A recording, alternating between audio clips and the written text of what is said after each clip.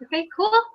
Hi, everyone, and welcome back to our 12th episode of Finding Her Voice. We are a podcast about women who make film by the women who love film. I'm Allison Johnson, and once again, I am joined by TYF Editor-in-Chief Gabrielle Bondi and fellow movie and TV writer AJ Caulfield. This month, instead of taking on one theme, we instead chose one director, that being Sofia Coppola, a personal favorite, so really I was just being greedy with this topic. It seems that when the lists are making the rounds of greatest auteurs, quote unquote, or even what directors are considered auteurs in general, Coppola is often left off these lists. Never mind the countless other female directors who never even make the running. And I think it should be argued that Coppola has a definitive a tone as Quentin Tarantino, for instance, with her framed isolation, seeping sense of loneliness that comes with the societal elite and the pains that come with being a teenage girl. So with that being said, with The Beguiled coming out this summer, June 23rd, we thought what better way to celebrate than look back at her contributions to film thus far. But as always, we have a starter question. And again, this starter question was kind of me just being like, I want to talk about things I did this month. And after watching Something's Gotta Give, starring Jack Nicholson and Diane Keaton, I realized I'd somehow managed to see all of Nancy Meyer's directed films, and I certainly had never set out for that. So I wanted to just talk about what female directors' filmography have you seen in their entirety, if you have. If you haven't, what director would be your first on your list? AJ, I think you actually had an answer for the first part of that, so I don't know if you want to start. I did, yes. I finally, after about 6,000 years of avoiding watching the movie for whatever reason, I finally watched Sleepless in Seattle, which is kind of a staple in female-directed films. And then I realized I've seen all of Nora Ephron's films, at least the ones that she has directed. And in terms of someone that I would like to see their entire filmography, we touched upon her earlier, but Ava DuVernay. I haven't seen 13th yet, so just gotta tick that off, and then I'll be set. Same, actually. 13th is the one I have not seen. Yep. But I feel like I Will Follow and Middle of Nowhere were like harder to come across. Whereas 13th was released strictly through Netflix, so I don't know why that's one. Maybe it's because maybe that's because I just have a hard time getting into documentaries. Yeah, but it's really good. I know it's gonna be amazing. I just I need to be in the right mood to watch a doc. Gotta get I'm a fan of a child. But Gabi, how about you? So yeah, the only of what I could think of, the only female director that I've seen all her movies of is Nancy Meyers, and unfortunately, it's not like that she has this vast, big filmography. It's she has maybe like 6 or 7 movies, maybe. Yeah, she has 6 films. 6, yeah. So I ranked them earlier for fun. So I can attest to saying that I saw all of her movies in the theaters. So that's amazing, actually. I don't think I've seen any of them except for maybe The Parent Trap. No, I saw all of them. Thanks, Mom. Yeah, but I've seen that. That's really the only director I've seen all her movies with. And the thing is, when I saw those films, I didn't even realize that it was a female director. I mean, because I was mostly like a young teenager, tween to maybe late adolescent when her movies came out. Sure, except for The Intern last year. Yeah, The Intern. That was 2015, actually. But yeah, I love that. There was a long hiatus between The Intern and I think what was her last one? Something's Gotta Give. I think it's complicated. It's complicated, right? Which I hate. So I didn't expect to love The Intern as much. Yeah. Yeah. But yeah, I think one director, kind of my backup, would be Ava DuVernay. And I was just looking at her IMDb, and I did see 13th Selma, Middle of Nowhere, but I have not seen I Will Follow. So I'm almost there. I think I Will Follow is almost as good as Selma. I think it's really remarkable. So once you do see it, I'd be curious to know what you think, because I think it's much different than her other films too. So is that the director you would say that you want to finish the filmography first? That would probably be, yeah. I mean, I don't know. I mean, I've seen all of Catherine Bigelow's movies except Point Blank too. So Well, maybe then. next month. Maybe next month you'll be able to. That's like a spoiler for the end of the podcast. But it's funny because for like a lot of these directors, it's like 1 or 2 movies I'm missing from finishing. Same. And like if you ask me about male directors, I'm missing like 10 of them. So But is that because like we're not seeking them out, or is it because they just have that many more films? Exactly. Right? I think it's the latter. Like I've seen as many like Martin Scorsese films as I've seen of Nancy Meyers, and there's like 20 more. Yeah. Exactly. It just makes me not care. I know, it's just too much. And like you can't just sit and watch like a bunch of the same director's films. Mm-mm. I don't think so. I know there's a lot of people who are like they have like an encyclopedia nature to it where they watch only the same director until they finished all of them, and I'm like, I need variety. Yeah. Like imagine doing a Tarantino marathon. Oh my god, that'd be like gold. That'd be too much. I think I need a Nancy Meyers marathon to like recover from that. Like I did a mini what is it? Shit, I'm forgetting his name. It's like Wong Kar Kai or something, or I'm mixing up the way his name goes. But I watched like Chungking Express and Happy Days and or Happy Together and something else really close together. And that was different because I didn't watch it like I felt like I needed to watch all the director's work. Whereas people who just like run through Martin Scorsese, for instance, it's just like how do you do this? Like that's exhausting. But I was going through my list and trying to see if I've seen any other total filmographies other than Nancy Meyers for whatever reason. And the Wachowski sisters, I've seen everything. I don't know if that's embarrassing or not, but like you see Speed Racer? Yeah, I saw Speed Racer, like, and I really liked Speed Racer. Like, and like Bound was the last one I had to see, and we saw that in November or whatever. And yeah, no, I've seen everything, and I follow Sense8 like a fiend. So like I'm so dedicated to their work. And then the one I want to finish is Nicole Holofcener, because I have one goddamn film left and I didn't realize it. And I love her, and I loved Enough Said and Walking and Talking, and like, but I know this film that she has left is like the worst film of hers by far. So I'm just gonna like see it to be completist.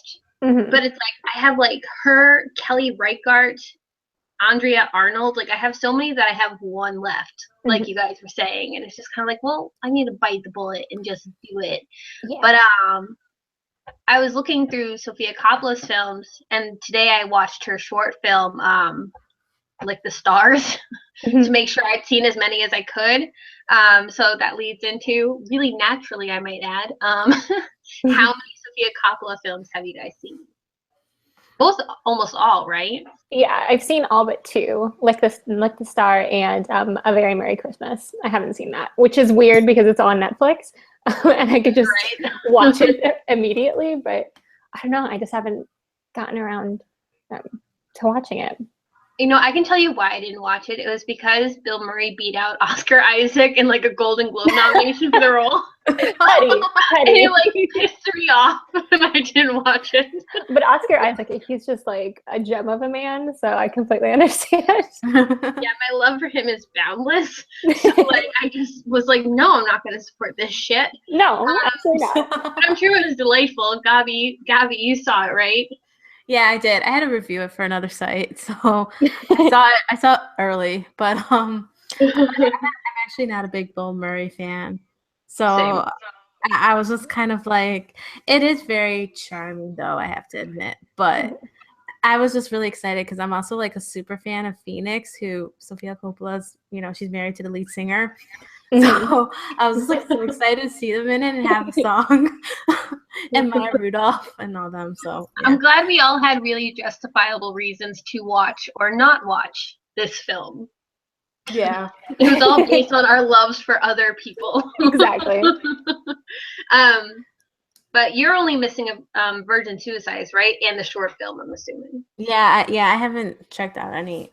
Does she have more than one short film? She did, but it wasn't on YouTube.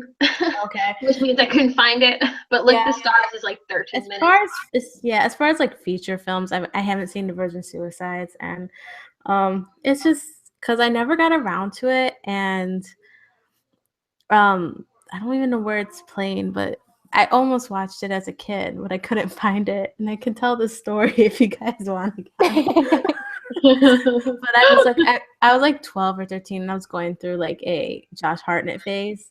I think I saw him like in Pearl Harbor, and I was like so in love. I think we all were. You were not alone. Like we all had that phase. Yeah, so I like, I would get, all his movies online and watch them, and then the one I couldn't find is Virgin Suicides, because like every time I tried to look for it, I kept running into pornography. I'm like, oh no, I do not know what that. So unfortunately, that was a big deterrent in my, in watching what would have been my first Sofia Coppola film. But I think the first one I ended up seeing was oh my god, I'm trying to think of them in order. What are the movies, you guys? It wasn't Lost in Translation. I'll come back to that. Don't worry. Yeah. That's my fourth bullet point. Oh yeah. Sorry. No, I'm just kidding. It's fine. But I can think if you'd like. But I'll just look it up. Don't worry. I've seen all of her feature films except for A Very Merry Christmas, and I just don't care to. So, hard pass, I guess. I hope everybody else who watched it enjoyed it enough. I've seen clips. I saw the clips of like Miley Cyrus singing because I'm cool, and that's about it. But I'm excited to get to our favorites, because my favorite film of hers is Marie Antoinette, and I thought that was an unpopular opinion. I don't know if it is so much now that I'm more like in the film zeitgeist of like Twitter and like film culture now of film critics, but like I think Marie Antoinette is far and above her best film. So I'm curious, before I dive deeper, if either of you agree or if you two have the same one. Mm-hmm. I actually have the same favorite, and I think it's like 10% just nostalgia, because it was the first Sofia Coppola film that I saw. But then as I saw other films that were like it, I started to realize that my reasons for loving it were a bit different than just, oh, it's the first one I saw, so it's going to be my favorite always. I realized in watching like Baz Luhrmann's Romeo and Juliet, and then his take on The Great Gatsby, I really like kind of the modernized but like slightly twisted versions of like classics. And I know this is kind of like a historical based, but I think it's in the same realm. And like The Great Gatsby, it cut a lot of flack for, the incorporation of modern music and like, oh, it's too bright, it's not supposed to be like this. And I think with Marie Antoinette's, a lot of people, at least from what I've seen, they kind of had the same reaction. Like, it's supposed to be more like this and not so much kind of fun and like interesting to look at. See, that blows my mind, because the music is half the reason why Marie Antoinette works so well. Exactly. Like the incorporation of The Cure, like it makes it feel youthful, which is what the film is about. Is this young girl being placed in this like unimaginable power, and like it really understands that her youthfulness and her like inability to like grasp what she's supposed to be doing. And I think that's so interesting. And it's like they modernize the tale while keeping it in the historical point of view. Yeah, and I think it's just super interesting, and I really dig it. Like, I don't want to listen to sad violins the whole time. Like we all know she dies at the end. Like we don't need to like head up to it. Let us have fun while we history. Let us have fun before the death. Oh. But have your cake. What about you? Yeah, so my favorite is Lost in Translation, even though I don't like Bill Murray. I don't know, there's something like... He's quiet in it. Yeah, maybe that's why. It's just like so transcendent. And I remember the first time watching it, I was at home and I was like, I'm going to watch this because everyone says it's good. And I was all like pessimistic. And I was like totally enraptured. So I don't know.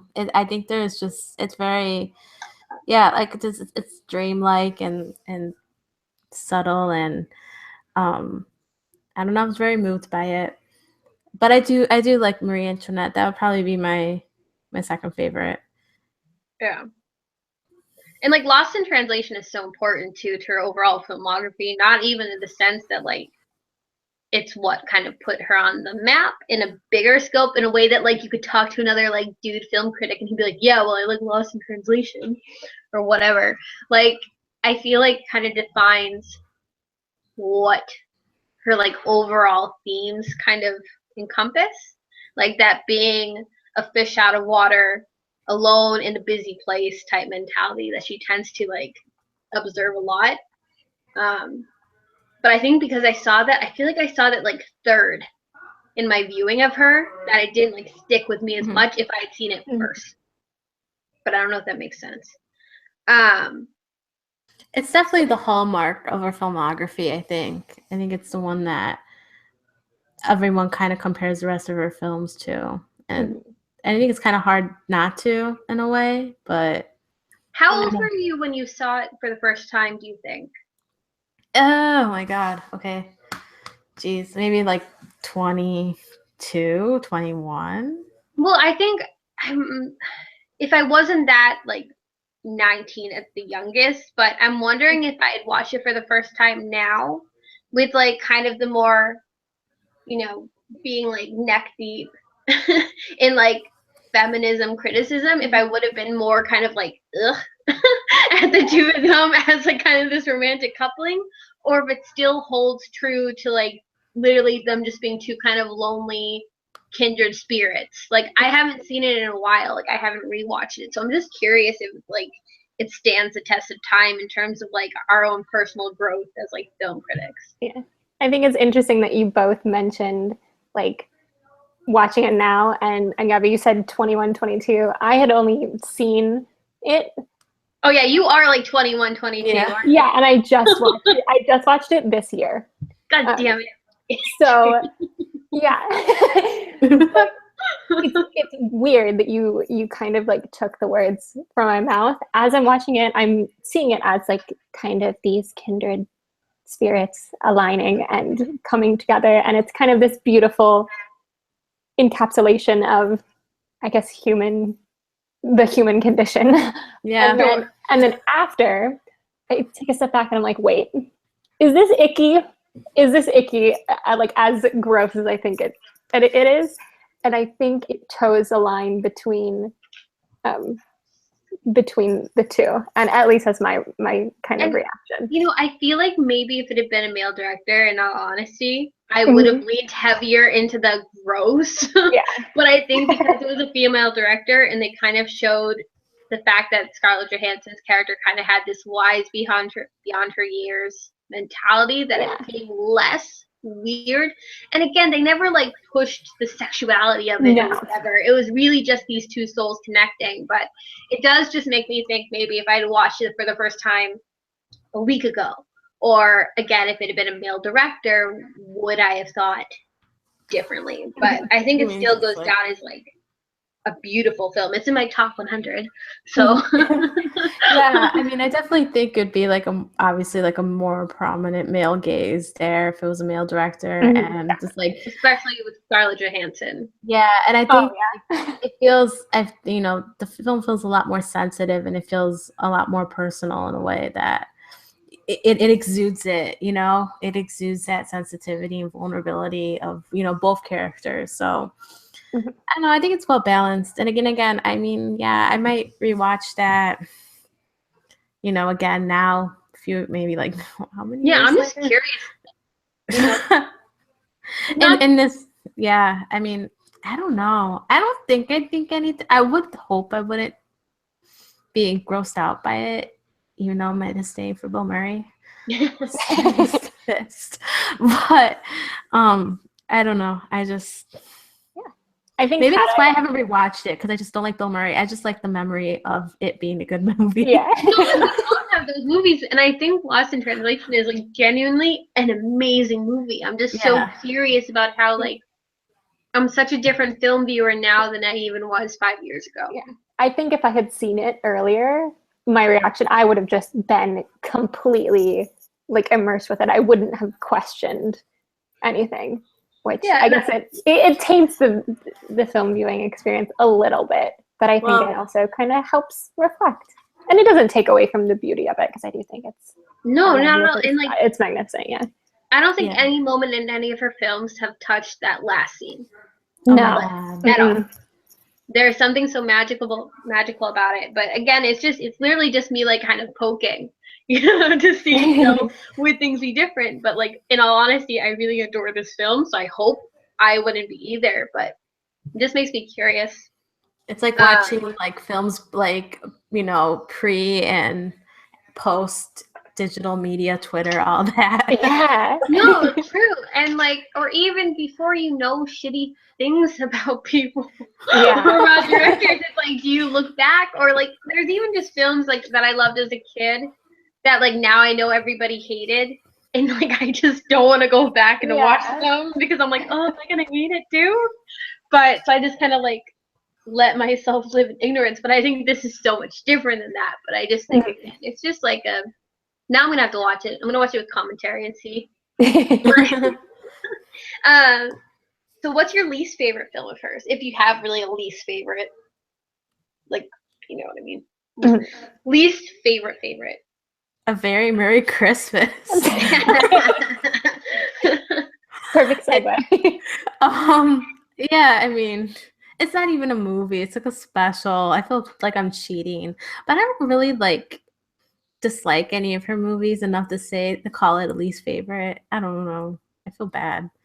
I mean, and I haven't seen Virgin Suicides yet, so I can't comment on that one. But yeah, I'll just stick to A Very Merry Christmas. It's a charming little special, and I mean, if you like Bill Murray and all that, I mean, I think you'll get a good kick out of it. But I do feel like it left a little to be desired. Yeah, I think that's how I feel about The Bling Ring. And it's not to say, it's a horrible film and it's awful. It's just, I don't think it's her best in comparison to the amazing other films that she's made. I still enjoy it a lot, but I was waiting for the film to, I guess, crack at some point, for there to be a moment where I truly felt like the characters were in some kind of danger, or there's going to be some kind of revelation. And I think it kind of just sat on the surface a lot. And in comparison to her other films that do have kind of a deeply rooted morality or some kind of connection to the other, The Bling Ring doesn't really have that. And maybe it's not supposed to because of the subject matter. It's a super fun like romp of a film, and I really enjoy it. But yeah, it's probably my least favorite for that kind of artificial, like superficial, I guess, layer that I was just waiting to like stick my hand in, and nothing really happened. Yeah, we're just kind of befitting like the subject matter, like they're all kind of vapid. But I also think the same. Like Bling Ring is out of her major feature films. I'm not going to count the short film because that was like nothing. But it's my least favorite, but like I also own it on Blu-ray. So clearly I don't dislike it that much. Yeah. Like I really enjoyed watching it, but I thought it was very much the most shallow film she's made. And again, you can argue that was the point, but it just didn't stick with me as instantly, but I had a lot of fun watching it. Whereas every other film I have felt like kind of profoundly moved in some manner. So it's kind of an unfair thing to say. Yeah, no, I think like if I had to pick one to rewatch right now, The Bling Ring would be at the bottom of the list. Yeah. But I don't think I've even rewatched it ever. I think I just saw it that one time. I was like, I'm done. I'm good. I don't really know why I have it on Blu-ray. Yeah. I think I just have like a compulsive nature to own things. But like but I think I just don't own. No, I think I own all of her major films. So who knows? But yeah, I think that's my least favorite. But now to circle back to what Gabby was talking about earlier. Do you guys remember what the first film of hers that you saw, and like did it shape how you went and like seeked out her other films moving forward? Do you think? Okay. I added a layer to that, just like fuck. Yeah, and not to make me sound like super superficial, but the first movie I saw of hers was Marie Antoinette. I was bored one day and I was with my grandma and I was trying to find a movie that would be appropriate for both of us. And then there's that scene where it isn't. Yeah. I wasn't expecting it. I was like, oh, this is a period drama. I mean, I watched it like right when it came out, like on was available like on demand and whatever. Yeah. So I wasn't really like thinking about who directed it or anything. I just watched it and I enjoyed it a lot, despite some embarrassing moments with my grandma. But, but I mean, I don't know. I thought it was beautiful. I was just totally in love with kind of the surface of it, just the colors, the costuming, the food, the kind of cinematography and everything. I think there's some beautiful shots in that movie, and that was probably one of the first things that really caught my eye and kind of kept me, seated and watched it throughout the whole thing. Because usually when I watch movies at home, I get up like 60 times. Fair. Or I turn, I look at my phone. But yeah, so I just remember being very captivated by it. Can't say that I went and decided, I'm going to watch all Sofia. No, that kind of came later. I think I started really. You would have been like 16, 17 at that point, right? So it's kind of scary. What was it? 2007? I was like 18 or maybe 17. Okay. So like, yeah, I wasn't that much younger. But at the time, I wasn't really into. I was always into film, but I wasn't like into analyzing film and all that stuff. You didn't realize you were going to get a film credit yet. Yeah. No, that happened a few years later, after 50 different college majors. Okay. AJ, what about you? Do you remember? Yeah, so I kind of spoiled it earlier. I had kind of a slip of the brain, but it was Marie Antoinette also. I saw it in 2010, 2009, 2010, when I was 15 or 16. And I didn't realize that that she had any other works apart from this, and I didn't really associate like the director with the film. And it wasn't until 2012 or 2013 that someone recommended The Virgin Suicides to me. This is when I was in college. Someone was like, "Oh, I think you should watch this film. Like, it would be really good," because I was taking some random elective class. It was kind of just a humanities course, and someone was like, "You should watch this. It's really good." I watched it and then realized that it was the same director, and then I kind of just went on a tangent, and it was the same year The Bling Ring came out, so I saw that, and then I was kind of like, I want to watch everything else that she's made. So then I watched Somewhere, and then stopped there, and didn't watch Lost in Translation until 3 months ago. That's wonderful. I feel like I never hear it in that order. I pinged all over the place. Like it was Lost in Translation's the last one. Yeah, which is weird. That's what people usually like associate her with. Exactly. No, but I think again, I would think it was like my third one of hers, because my first one was The Virgin Suicides, and I think I watched it as like a date movie.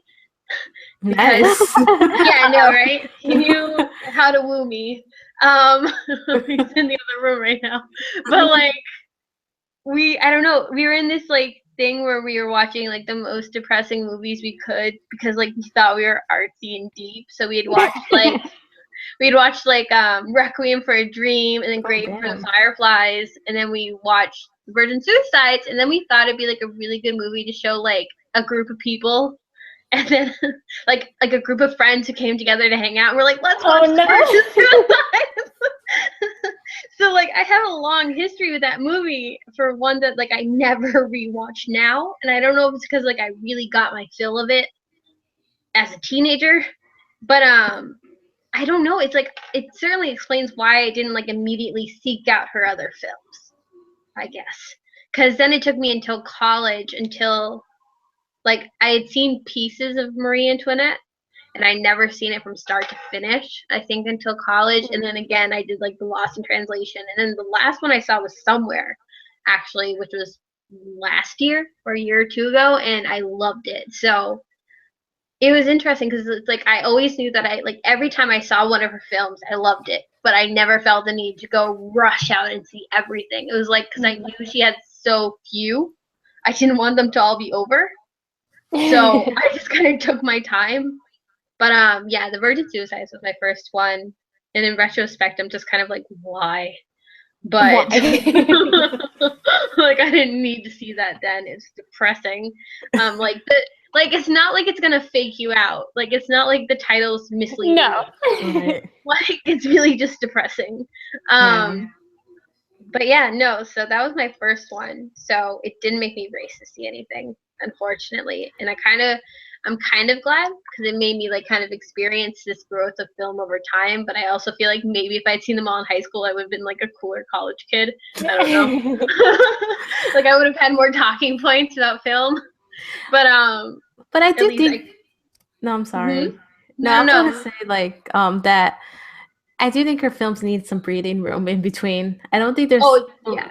Yeah, I think it's kind of like an injustice to kind of pop in the next one right after or like too soon after. I think you kind of want to sit with it for like a couple weeks and just think about different parts of it. That's what I mean, I kind of realize that's what I've done with her films as I've, kind of watched them gradually throughout the years. No, definitely. She isn't the kind that you just rush to see the rest of them. You just kind of maybe once you realize who she is and the kind of filmmaker she is, you kind of keep it in the back of your mind that, okay, maybe one day I'm going to watch her next one. Yeah, I feel like I'd be exhausted powering through them because they do linger with you, like certain shots, and like there's such a melancholy to all of her films, regardless if they're seemingly happy compared to like again Marie Antoinette, where the ending isn't going to change. But yeah, they're definitely kind of heavy films. So it probably is smart that I wasn't like, I'm gonna watch them all in a day. Yeah. So I guess if we want to talk in broader terms, and I don't know if this will maybe like tie into some of what you guys are mentioning in our notes, but maybe your favorite aspect of her filmmaking, or what about her filmmaking do you think defines her as, an all-time best or an auteur? Like what gives her that sense of you should see all of her films? Did I make that easy enough for you guys? Yeah. It ties in directly to kind of the big point that I was going to bring up. I think what makes her so special and worthy of any film lover's time, especially women, is her portrayal of female self-awareness and self-image and female sexuality in her films. And not just in the sense of kind of explicit sex, but in terms of like coming of age, especially with The Virgin Suicides. Obviously, that's kind of a big one with female sexuality. I think it portrays it in a really true to life way. And I know we've discussed this in past, episodes, how the female perspective of sexuality is so different in film than it is when you're getting a male's perspective of female sexuality, and there's not that like odd, uncomfortable gaze. I think it's very, very natural in her films. And then kind of the fact that she can tell coming of age stories really accurately. And we've talked about how females tend to craft narratives just inherently differently than males do because of kind of their keener sense of emotion, things like that. But it's interesting, I think, to consider how she structures kind of the growing up of girls on screen, because it's not just like a made up thing, even though the story might be fiction. You know, girls grow up differently than boys do. And she really shows that on screen. And I think, especially in terms of, I guess, another big kind of coming of age director, Richard Linklater, especially Everybody Wants Some, which I loved, by the way. It was one of my favorite films, probably of all time. But just comparing that and the way boys grow up with, like, again, like the virgin suicides, it's completely different. And I think it's really special that she's able to do that so well, and kind of keep that in a bubble. And I think it's kind of transcendent among a lot of people, even though, you know, there's stuff like the bling ring that, you know, not all of us are rich people stealing celebrities' jewelry, but stealing richer people's. Yeah. I do think it's interesting to like compare her coming of age stories to like Linklater's in particular, just because it kind of shows how like the boys in his film have these kind of like really enlightened, like, and happy in the sense that it's kind of like everything's very lively and they're always going through these new experiences, whereas like the females in her films are always kind of like going through everything alone.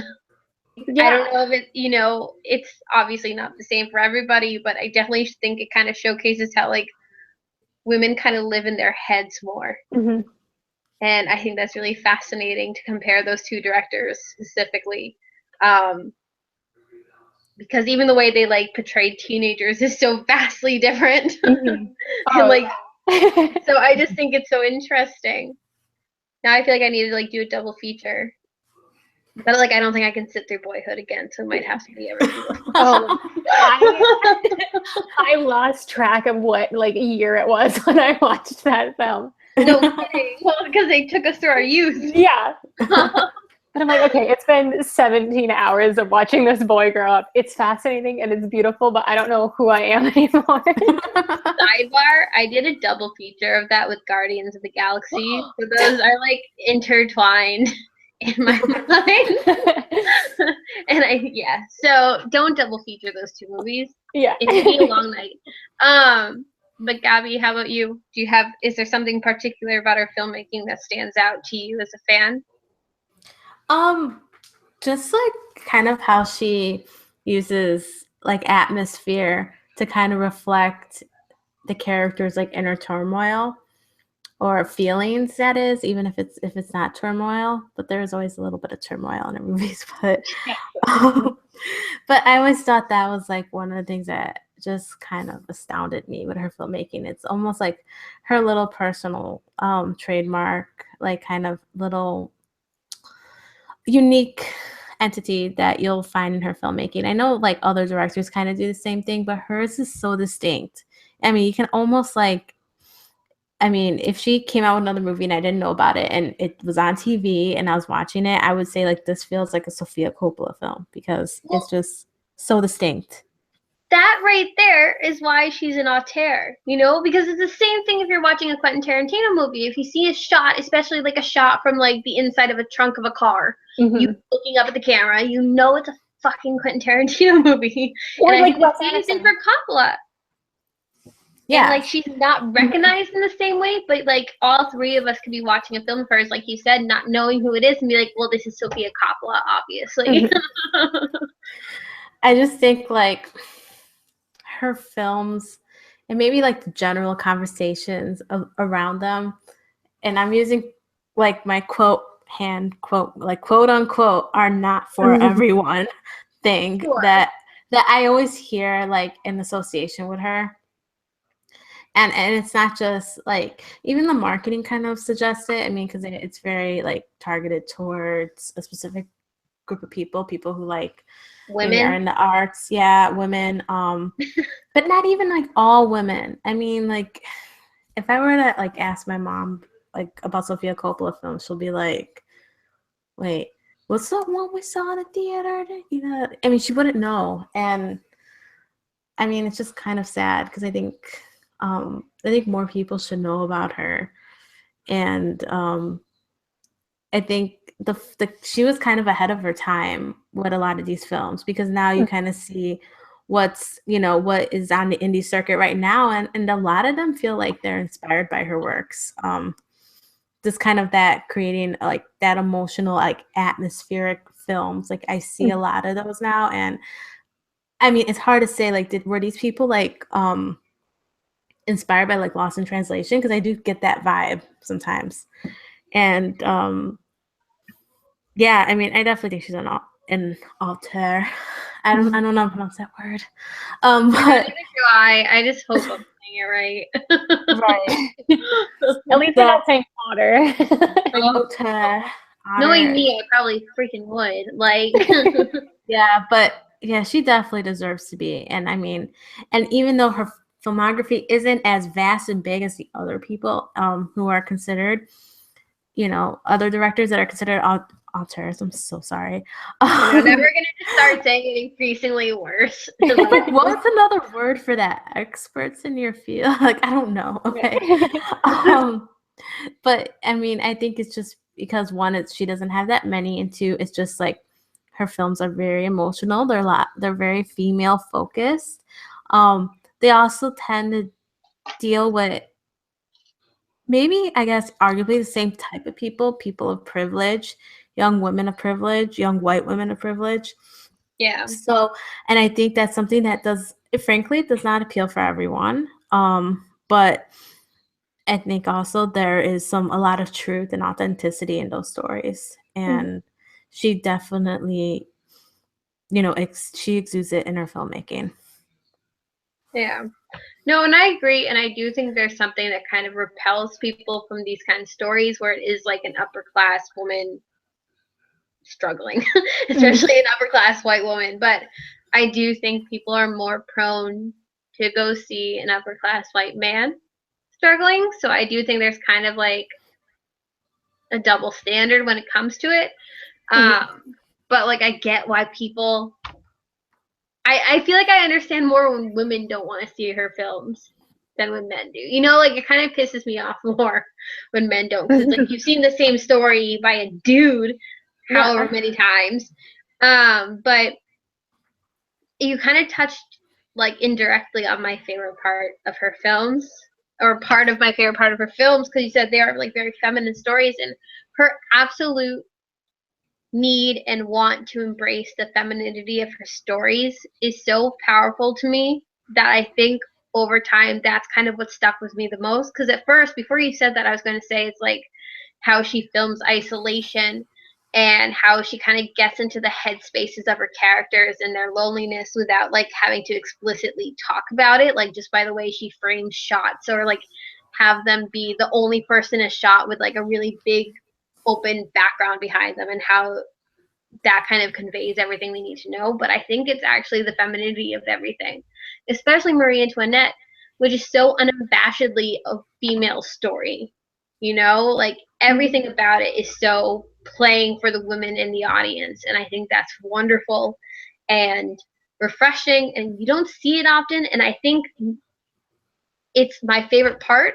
And it's also, I think, the reason why she's not ranked with the other greats, because she does, like, she's not even like a Catherine Bigelow type, where Catherine Bigelow kind of embraces male stories more, except for Zero Dark 30. And like that's it. Like I think because Sofia Coppola is so in your face about womanhood, I think it makes people less wanting to like take her seriously. Yeah. But that's just my thought. No, that's a perfectly valid thought and criticism to have on like people who don't give her a chance just because her her films feel really feminine and flowery and emotional and deep.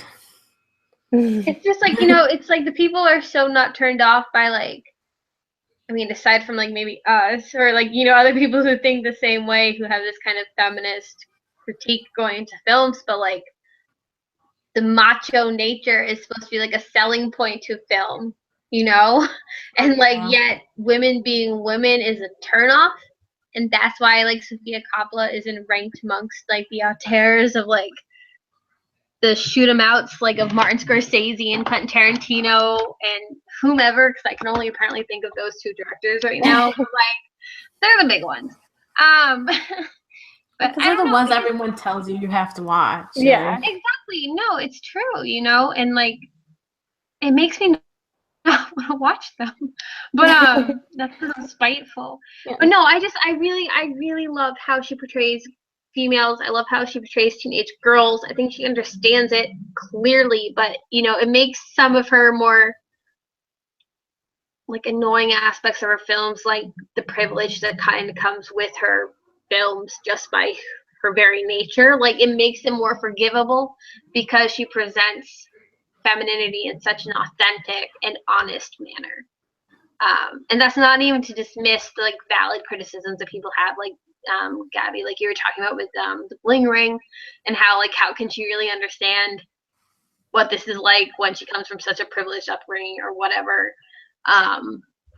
But I don't know. I just think it's interesting. I think it's interesting that she's so easily dismissed sometimes. I think what makes The Bling Ring like interesting to me and not my least favorite movie of hers is that it was on the eve of this Kardashian era that we're in. Yeah. Yeah. And I think she was trying to reach for certain kind of statements there. And I think she didn't fully understand what we were leading up to. What kind of like, this new digital age of that is wonderful in some respects and insanely vapid in other respects. So it's very, I mean, I think we're still trying to understand it, but yeah, I think that's like the only thing she really did. I think she was going well for in The Bling Ring, but at the end of the day, I feel like I agree with you guys in the sense that it didn't get there. It didn't get to that point where you're like, okay, where's the revelation? What are we trying to say here?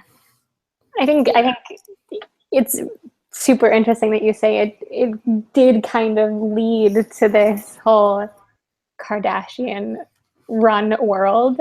Because I remember when I watched it, I was like, okay, this is very clearly kind of harkening back to the kind of simple life, Nicole Richie, Paris Hilton, kind of those days. And then now Simpler times. yeah, and then now looking back, I'm like, okay, I thought it was kind of just a parody, even though it was, a true to life story, kind of a parody of the mid 2000s pop culture. And now we've kind of come full circle and exploded with kind of this craziness. So maybe her impact isn't necessarily in the film, but kind of this eerie premonition of what came after in real life. Where reality stars run the country. But President Kardashian, help us. I'd prefer the Kardashian. But True. But no, yeah, it is fair. Like, and it kind of makes you realize how like bizarre the early 2000s, mid 2000s were. Sometimes you look back at it and you're like, what was happening? Just body glitter and break-ins. That's just what it was. But and I guess kind of like criticism against The Bling Ring sometimes is kind of silly too in a sense because it's like maybe she wasn't trying to tell more of a story. Yeah. Maybe it really just was kind of this romp of like, look at how ridiculous these people were. Look at how they were affected by celebrity culture, and look at Emma Watson like camping it up. Like, Which was maybe fun. that's all it was supposed to be. Emma Watson was amazing. So like, I don't know, but I don't know. I think it's interesting to kind of correlate it back to like valid criticisms of her versus people just blowing nonsense. Like, Yeah. But with that being said, I like run my mouth towards the end here. Is there anything we didn't cover in our notes, my notes, that you wanted to? I think at least for me, I covered everything that I kind of went into it and touched on a lot of extra stuff. Yeah. Are you guys excited for The Beguiled? Yes. Yeah. Oh my god. Absolutely. I saw that trailer. Colin Farrell in a Sofia Coppola film, like. Yes. I watch movies for the right reasons. Yeah. Don't we all? If Oscar Isaac could have been in it, it just would have made it better. Oscar Isaac makes everything better. Let's just be real here. No. Yeah. Sorry, you lost me for a second. But daydreamed. But yeah, so I guess that's it on the Sofia Coppola side. All curious to hear what your favorite Sofia Coppola film is. I know there's a lot of Somewhere supporters out there, and I'm really interested to hear those point of views because I kind of get it, but I also kind of felt like I needed to watch it again to really understand the love. Marie Antoinette hate, but I will because I'm an adult and I can listen to it, but I just don't get it. But moving ahead, for May ahead, we're saving some kind of blockbustery films, superhero films for June because that's when Wonder Woman is coming out. You might not know that it's coming out because it's gotten no marketing whatsoever, but we can talk about that closer to the date. I won't just bitch right now. But for May, I'm sorry, I make it so like we have to put the warning out single-handedly. But for May, we're gonna, because it's blockbuster season, shocker, be talking about our favorite blockbusters directed by women, which like was an easy statement to write and talk about in our like little group chat. And then I started looking up female blockbusters. Yeah, I know. I did too. I'm like, shit. There's not. I know. So like, thank you, Jose, for like giving me some legitimate ideas. To like, I'm just gonna like run through our list really quick, and I think we should decide here now what it should be. Twilight. Because I have Jupiter Ascending as one. Yeah. I have Twilight as one. I have Wayne's World, Deep Impact, Point Break. Can we count The Hurt Locker as one? I don't really want to watch The Hurt Locker again, but I will. I don't want to watch it either. I'd rather watch K-19. What? I'd rather watch like K-19 Widowmaker, whatever that one was. I saw that one too. I don't even know what that one is. So can we definitely put Point Break on it? Because I've never seen it. I haven't seen it either. Yeah, I haven't seen it either. Okay, and that's Catherine Bigelow. So what if we do Point Break, and do you want to do Twilight? Okay. I have a sense that we all had a phase where we were legitimately interested in Twilight. Okay, let's not say that on the internet. Dude. I am not ashamed. I was in love with Edward Cullen for like a hot second, but then I grew up. And we don't talk about these things. We keep this in the closet. This will be for next month. That's funny that you said that because I used to have an Edward Cullen cutout in my closet. I knew it. Even then, you were embarrassed that you had it in the closet. I had him out for a while, and then it would just scare people when you walk in my room. I had a Legolas pillow, so like it's cool.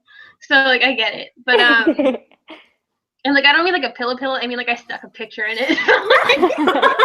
Even better. So yeah, none of us have shame. We'll watch Twilight and Point Break next month, and I'll rewatch it, and I'll feel really super cool. What was that last one? Is it or okay, next but week? That's next week. Oh yeah, sure. Like we all watched them that immediately. But yeah, Twilight and Point Break. I'm sure they'll be fun. I'm sure they'll be more fun with wine.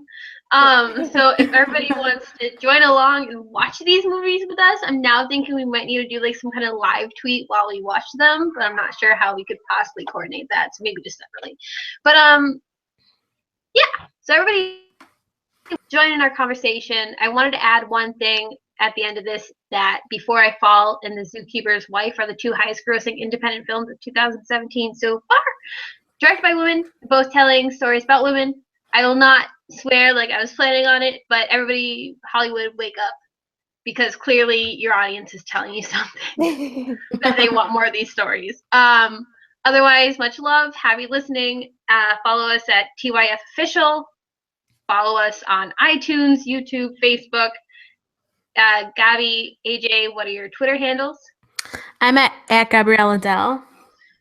And I'm at AJ_Caulfield. And I am at Allison AJ. So, and also find us at Finding Her Voice on Twitter, which I kind of forget that we have sometimes. But yeah, let us know you're watching, and we will talk to you soon. Bye.